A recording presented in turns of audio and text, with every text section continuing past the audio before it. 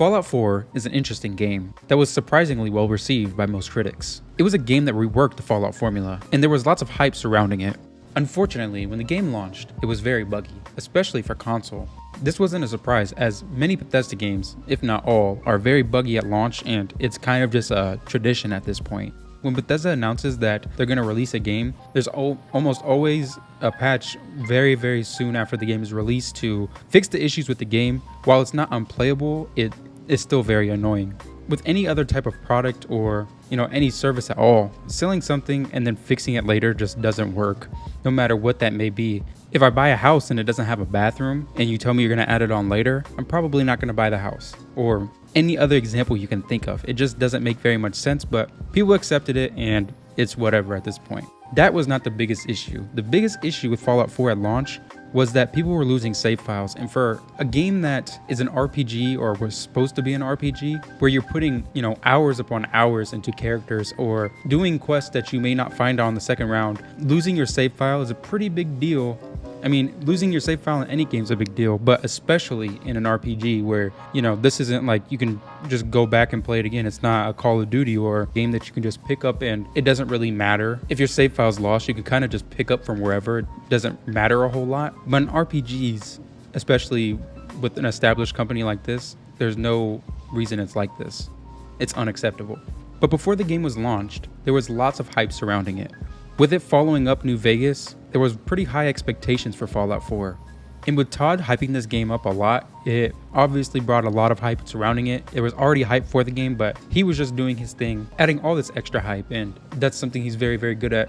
I'm a Bethesda fan, but he could sell the hardcore Bethesda fans. He could sell them a sandwich when they had a sandwich in their hand, or anything you can think of. He's an amazing salesman. It allows us to have 16 times the detail. 16 times the detail. The hype he creates just can't live up to expectations all the time. The most recent example of this is Starfield. While it's not like a bad game, it's an okay game, It definitely didn't live up to the expectations that people had set for it because of the hype he had surrounding it, and he was hyping it up saying it was a personal project and this and that.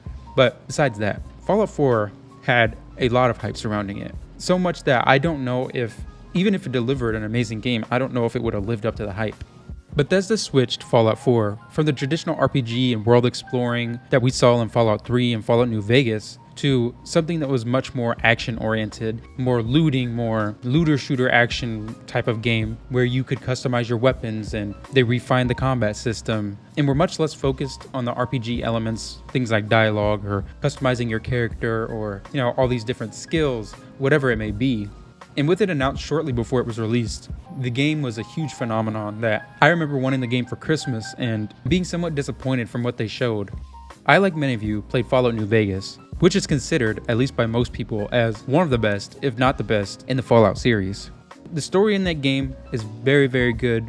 You have so many different factions and so many different branching storylines, and not to mention the RPG elements. You can gamble in that game.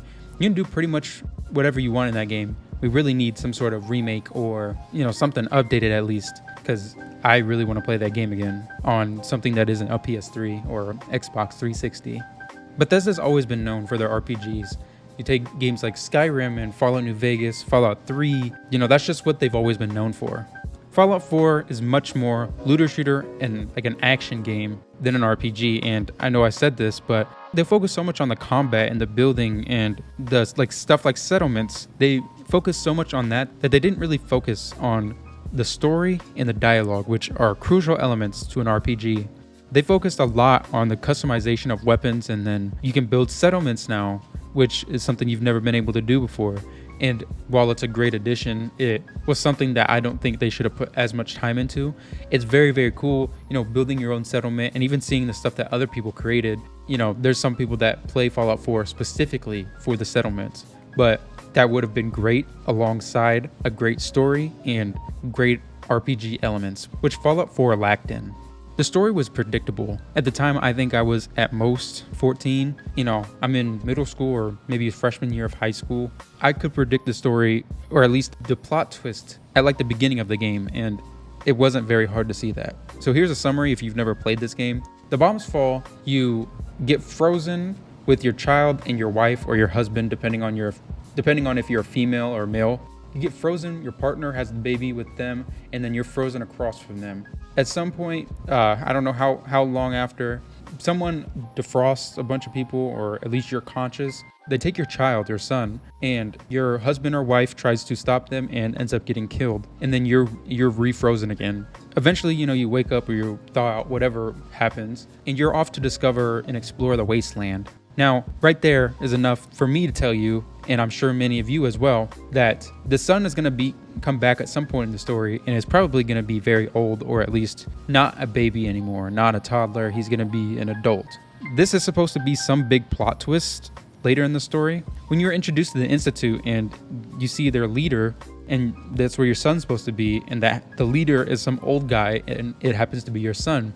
This is supposed to be some very big plot twist, and you can pretty much tell that at least that the son's going to be aged within the first 15-20 minutes of the game. And then they pushed the Institute so hard in the story that it was a given that if he wasn't the leader, he was going to be a big part of the Institute. So it was just a very bad story, and there's a bunch of other parts that just don't make a lot of sense, but that's the main thing, is that the plot twists were supposed to be very big, and they weren't. They were mediocre at best. One side quest that many people have brought up is the kid in a fridge side quest. Just a little rundown. There's a kid that, before the bombs were dropped, ran into a fridge to avoid the bombs and got locked in there, turned into a ghoul, and you find him, I think it's 200 years later. And I don't think I need to explain why that doesn't make sense, but he has no food, nothing. How did he survive for that long? How does no one see or hear him, find him? The fridge isn't moved. It's in the same place it's been. That it just doesn't make a lot of sense. And then his family still happens to be nearby for some reason, because apparently they didn't leave their house in the last 2 centuries. That's just one of the many quests. It just doesn't make a whole lot of sense. I'm not going to spend a whole lot of time on it because many more people before me have said stuff about it. But it's quests and information like that that makes this story lackluster. Another big issue with Fallout 4 is that the dialogue options aren't that much different. It seems like, there's a sarcastic one, there's a good one, a bad one, and then whatever the other one may be. But it pretty much all just gets you to the same ending. It really doesn't change very much. But alongside that, they aren't accurate. So the dialogue options will say something like, "Oh, I don't want to help you." But then when you press it to speak to the person, you basically flip them off and start an argument with them, and it just is not very accurate. There's mods that help this. I don't remember the one specifically, but there's one on there that's very, very helpful, and it changes and shows you exactly what your character is going to say. But the fact that that's not in the game, or it's not accurate in the game, is a big disappointment, especially when they didn't really focus on the dialogue at all. That could have been the least they did, was make it accurate. There isn't very many memorable characters. I know my favorite character, I've mentioned in, I think, a video before, is Nick Valentine. I don't know what it is about him, but you get his quest early on in the game, and then you can get him as a companion. And for me, I just kept him as a companion the whole time. Obviously, you have Dogmeat, and there's other companions out there too, but Dogmeat and Nick Valentine are the 2 most memorable to me. And then you also have Preston.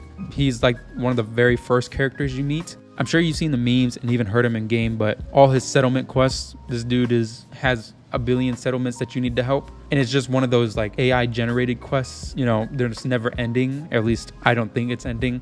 I've never gotten to the end of it.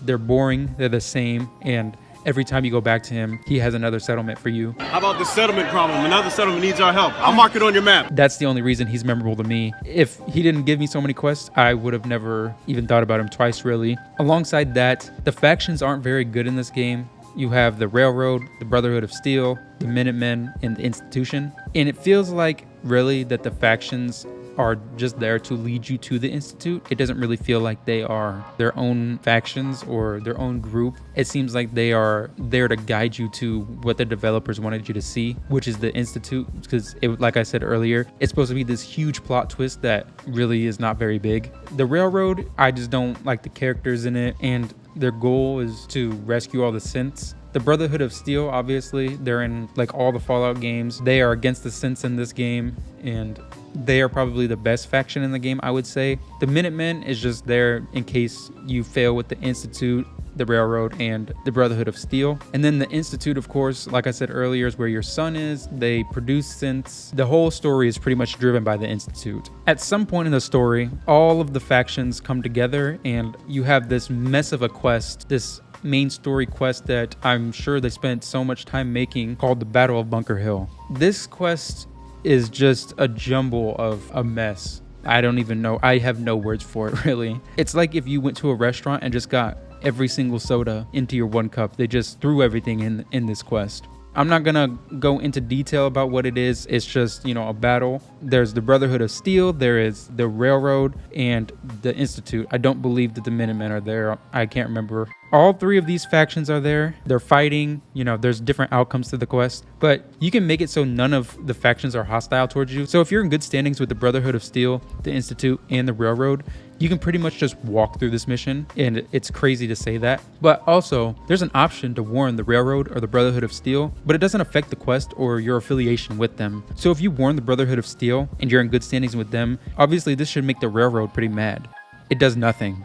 It does nothing. I think that's beyond wild, especially for a game that's an RPG, and these factions are supposed to be a huge thing in Fallout New Vegas. If you were to do something like this, you would probably get kicked out of a faction or at least be in a worse standing with them. That mess of a mission is one of the biggest reasons people don't like Fallout 4, aside from everything else I've talked about up to this point.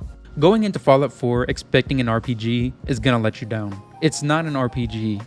It should be, but it's not. There's RPG elements to it, but overall, Fallout 4 is more an action game, a looting game, a more polished Fallout without the RPG elements. While it may have the best combat, the best customization, it has one of, if not the worst stories. The only thing rivaling it is Fallout 76, and some of the worst factions I've ever seen. That being said, I did somewhat enjoy Fallout 4, but it was more, as I said, for action and gunplay than it was for story and RPG elements. The world is kind of fun to explore. The combat is better than the previous games for sure, but also after I played it the first time, I went back and didn't expect the RPG elements, and that made it a little bit more fun for me. So my whole point being, go into it expecting good gunplay, a pretty fun world to explore, not a good story or RPG elements, and I think you'll at least somewhat enjoy this game. I don't think it's very expensive now, but the DLCs are pretty good, at least the Far Harbor one. So that's all I got. Fallout 4 is an okay game. Could be better, but what are you gonna do? This game is like a decade old now.